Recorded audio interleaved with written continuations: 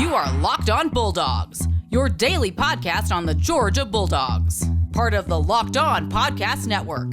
Your team every day.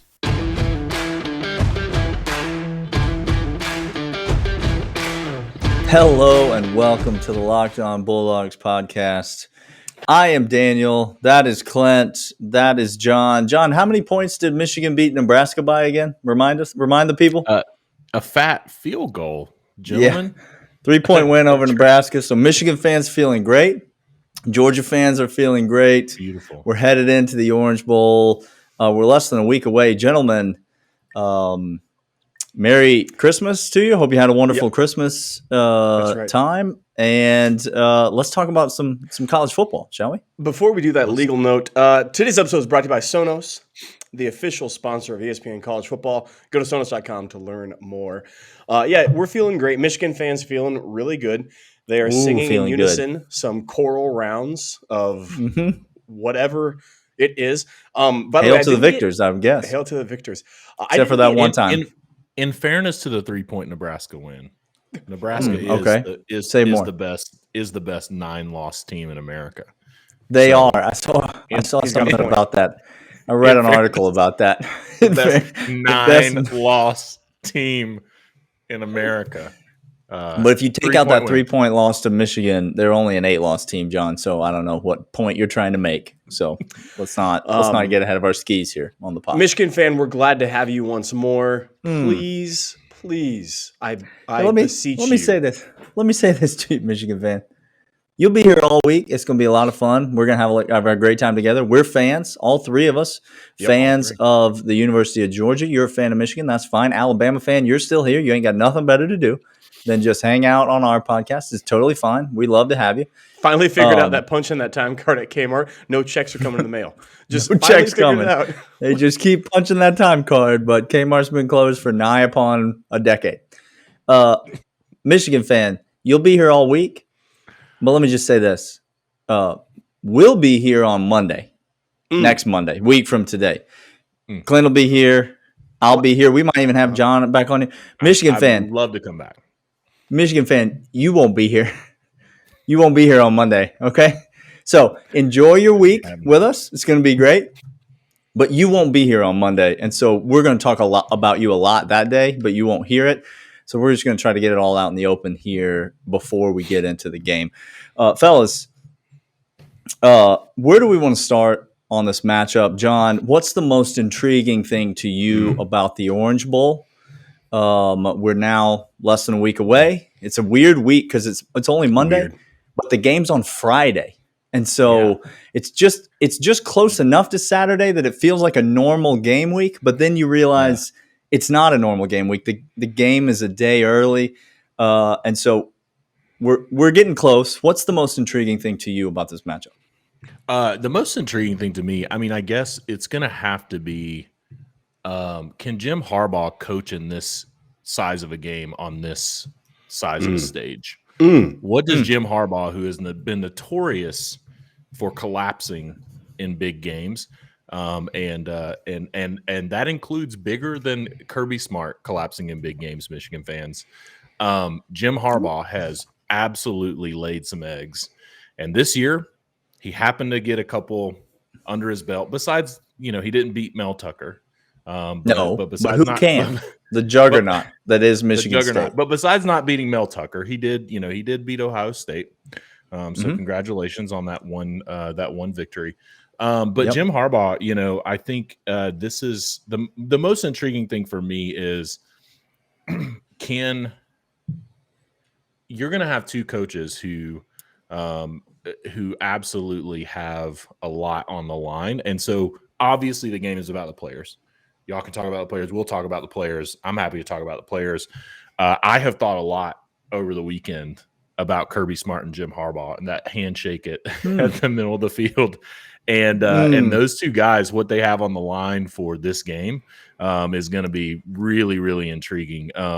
The game plan, what that shakes out to be for those two guys is what I can't wait to see. Let me just follow up, John, on that. And I'd love both of you. I'd love an input here because I don't know. I genuinely am asking this because I don't know the answer. who's this a bigger game for? Kirby Smart or Jim Harbaugh? Which person, not which program, not which fan base, but which person needs and wants this game more, Kirby or Jim? It's got to be Jim Harbaugh. I mean, Jim Harbaugh.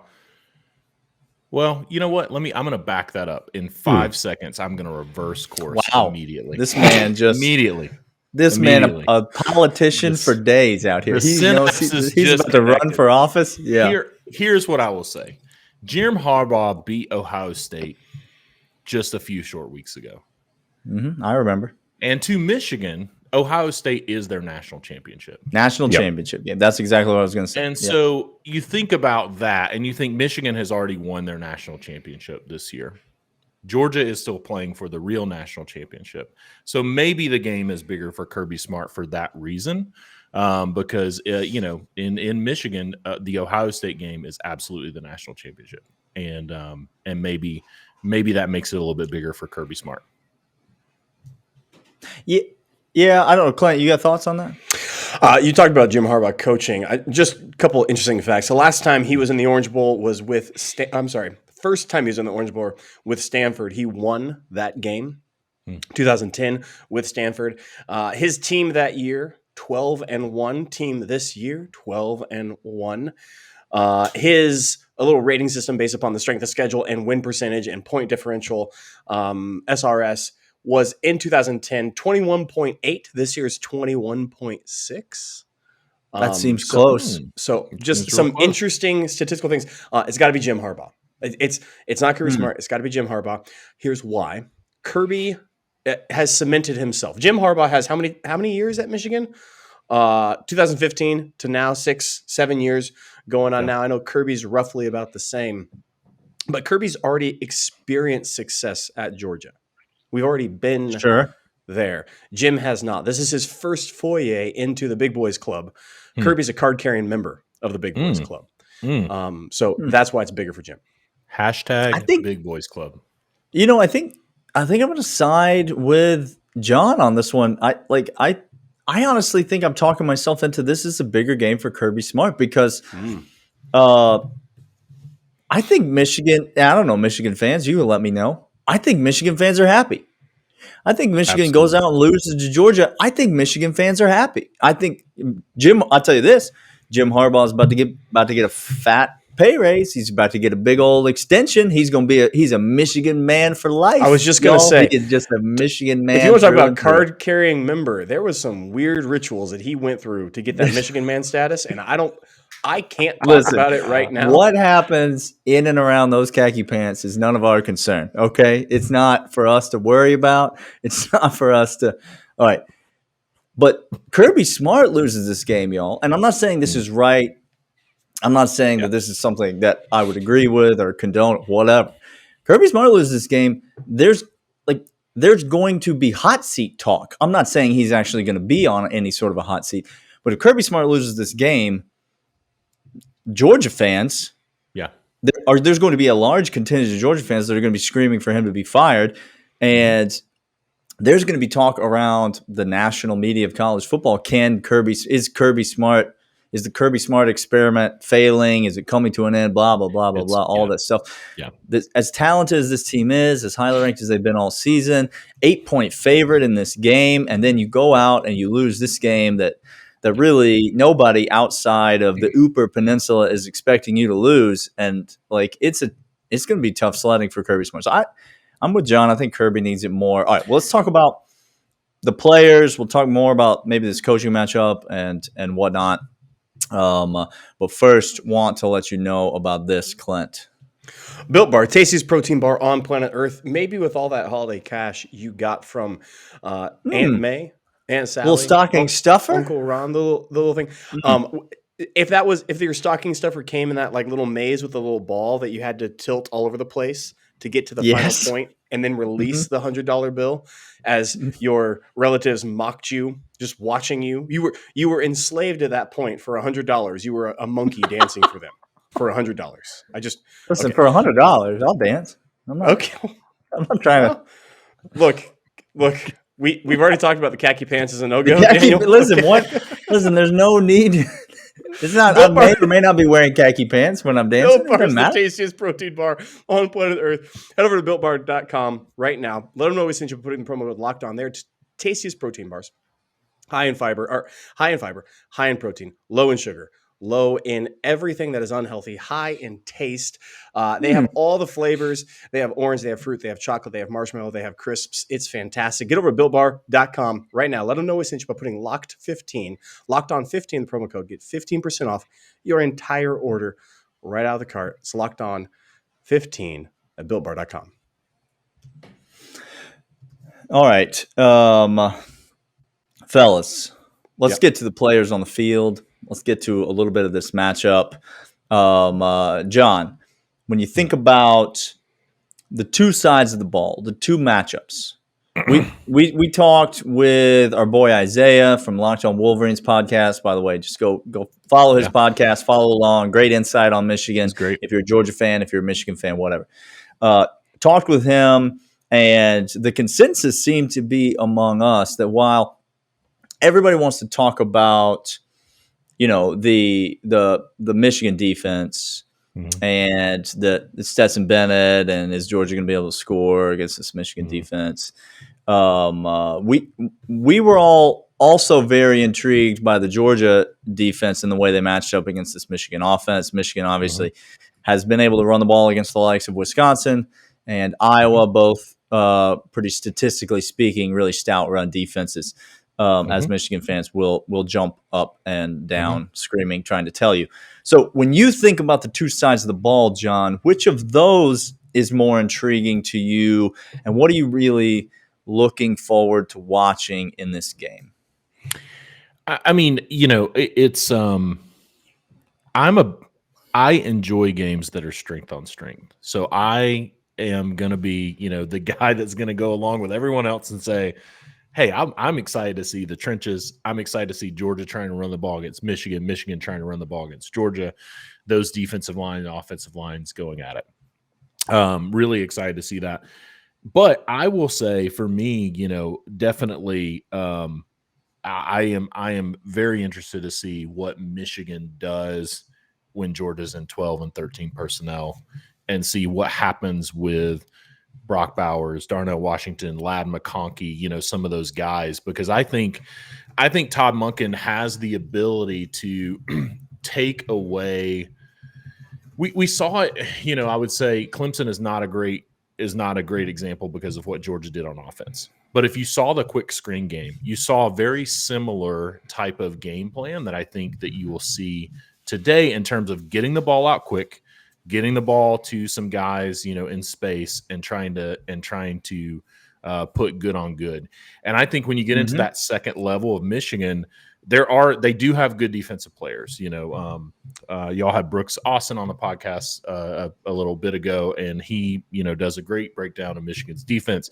They have good players on, out in space. But I am interested to see when Georgia gets the ball out in space to James Cook, Kenny McIntosh, Ladd McConkey, Brock Bowers, and you get those matchups with those Michigan's like second and third level to see what happens, to see if Michigan can actually rise to the occasion there. Because I do think Georgia can rise to the occasion if Michigan tries that. If Georgia stops the run and Michigan tries to get guys out in space, I do think Georgia's second, third level is by far better than Michigan's.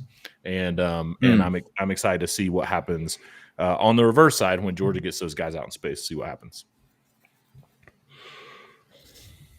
Yeah, that's I think those are great points. And that wide game is I think going to be a key to this ball game. I think Georgia fans well acquainted with some struggles of Stetson Bennett, push the ball vertically down the field.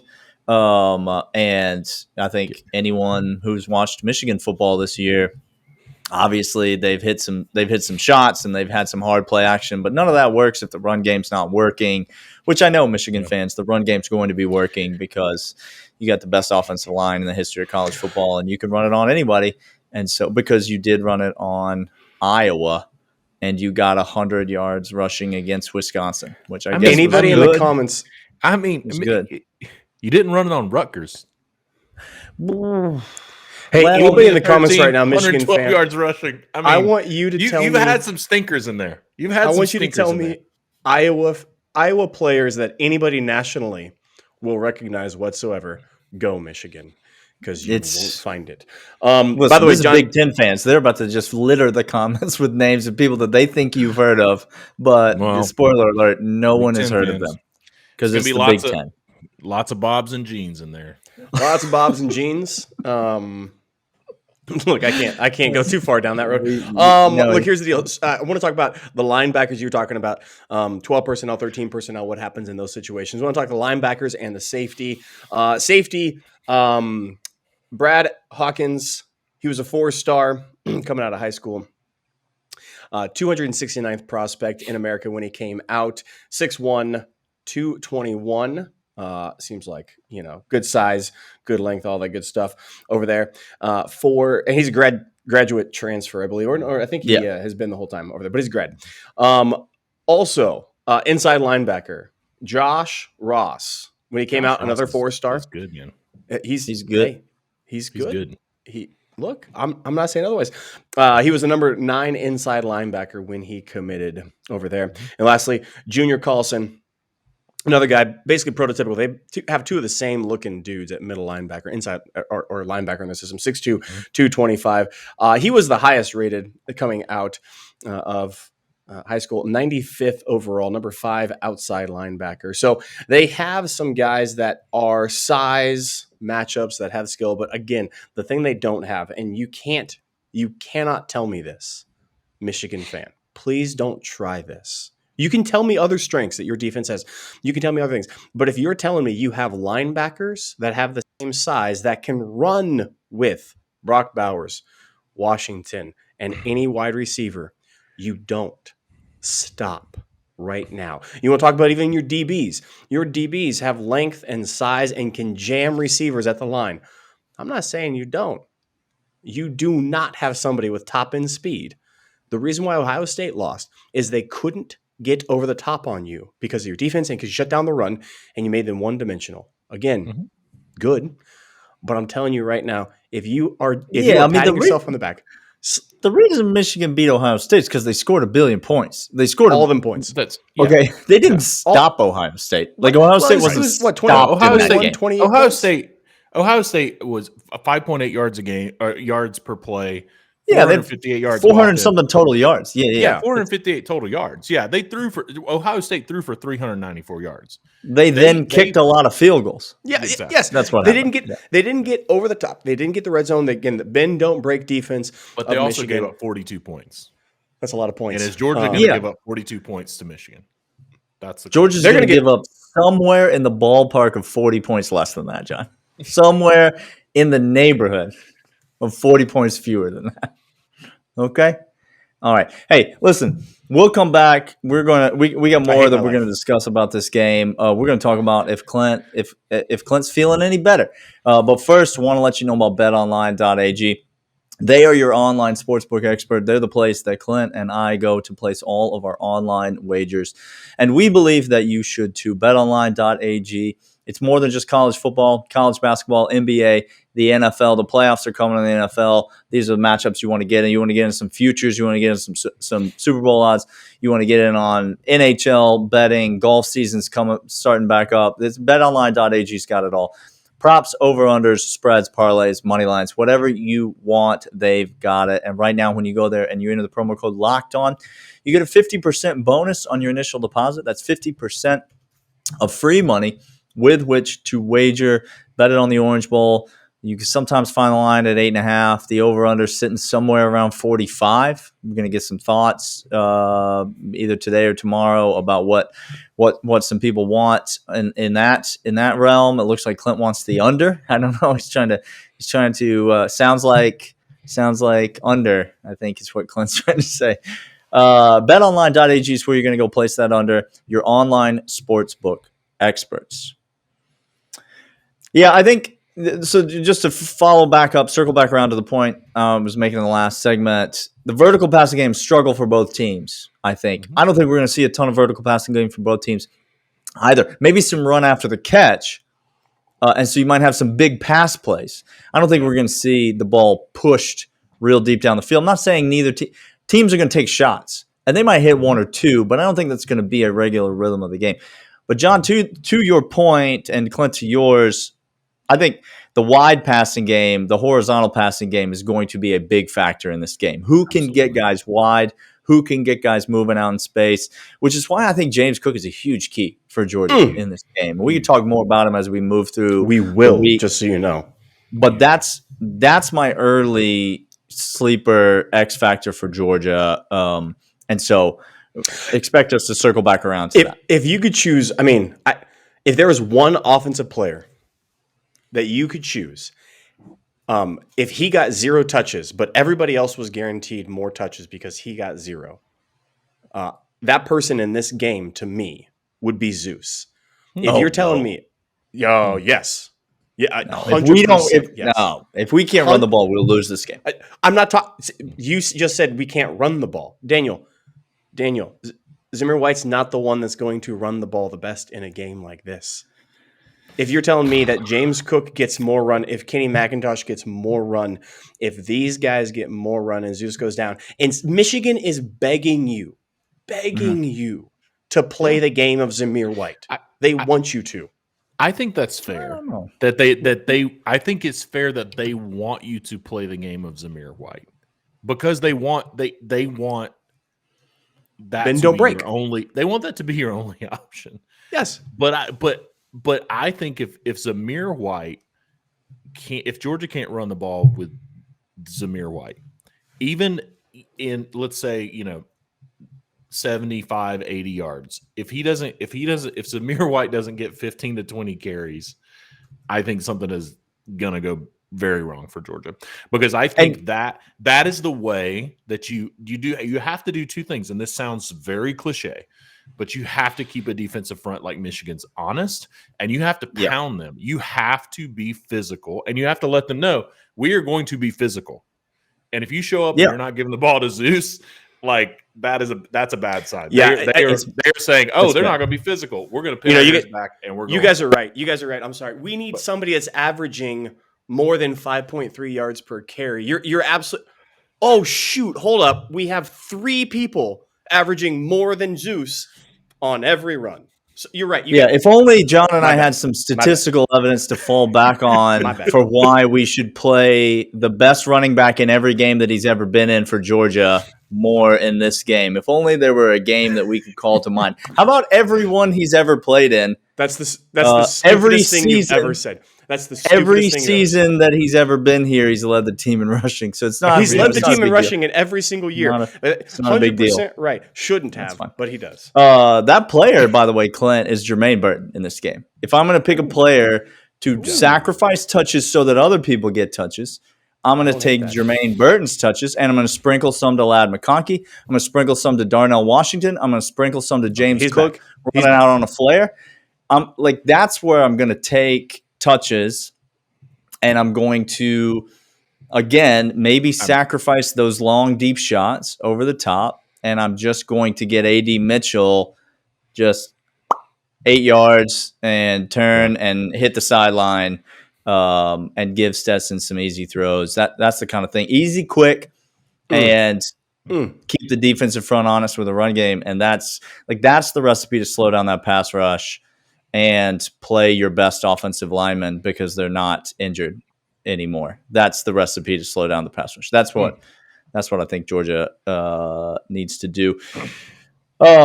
Clint, how are we feeling coming back in the week? Some people are worried about you. Some people are concerned. Some people, Michigan fans love you. Michigan fans been asking for you in the comments to start a Michigan podcast. They love the way you're talking about their team. Yeah. They love the way you're talking about Georgia's team. So I just want to give an update for the people as we close today. Okay. How you feeling?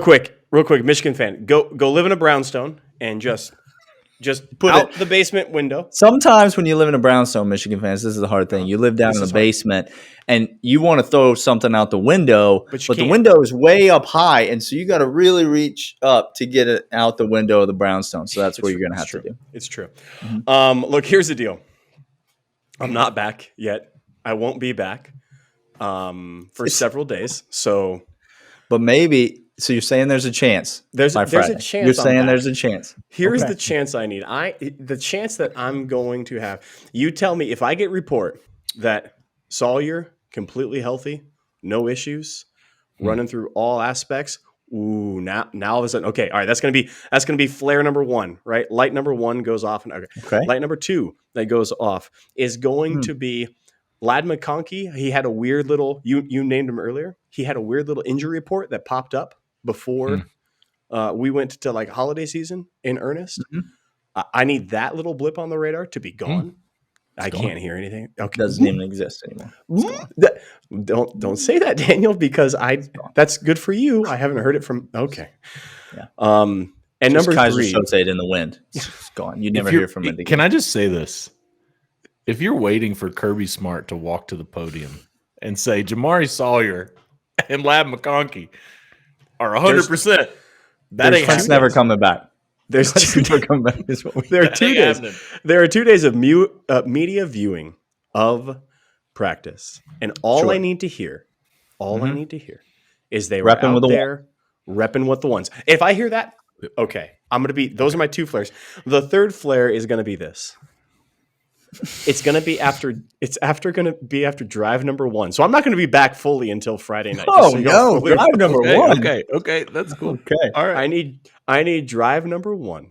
Paint us And the picture, Clint. Paint us I the need to see Aiden Hutchinson get all fired up. Come with that like warlord face paint on one side, just headbutting fools, just running ripping out there in a open- Mel Gibson outfit. Yeah. ripping open a Badger on the 50-yard line, just taking a bunch of Buckeye nuts and throwing them around.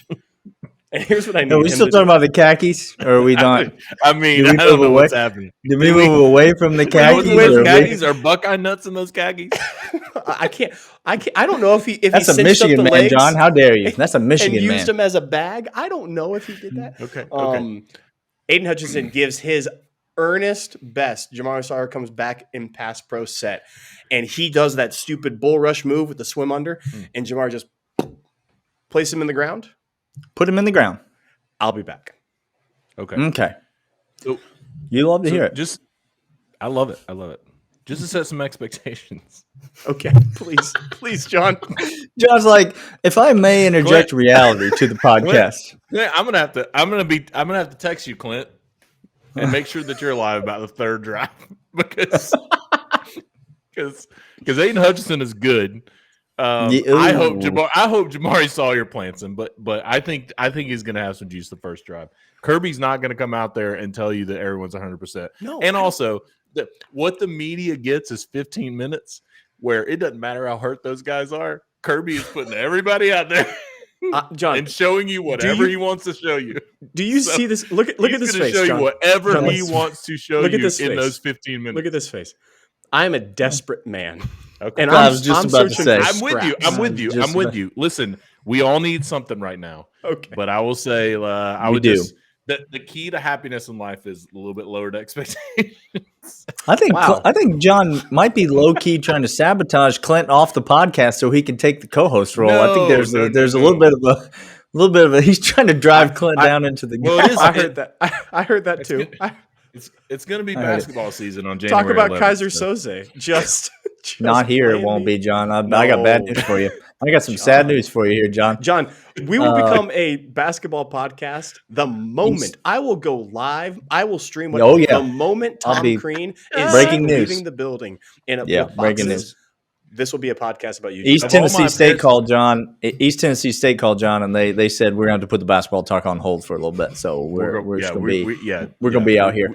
All right, we need a win. We need to win on Friday so that we can keep this football talk alive. That's what we need here Guys. on the podcast. Guys, All right. I will say this. We're going to win. Georgia's going to win this football game. I like that. I like that energy, John. You want to come back on tomorrow and talk about it? Talk a little Let's bit do more, it. expound on that. Would love to All come right. back on tomorrow. Let's and run talk it back. about how Let's run it Georgia's back, winning y'all. this All right. We're going to have John back on the podcast. He knows that we're going to win. I know we're going to win. And his name is Clint. And we will all be back tomorrow to discuss the Orange Bowl with you. Thanks for tuning in. Thanks for being a part of the show. Tell a friend about it. Subscribe. Leave us a rating, review. Audio podcasts are over on Spotify, or Stitcher Radio, Apple Podcasts, wherever. Subscribe to those and download them. Listen to them in the car or wherever you may be. And we will see you guys tomorrow.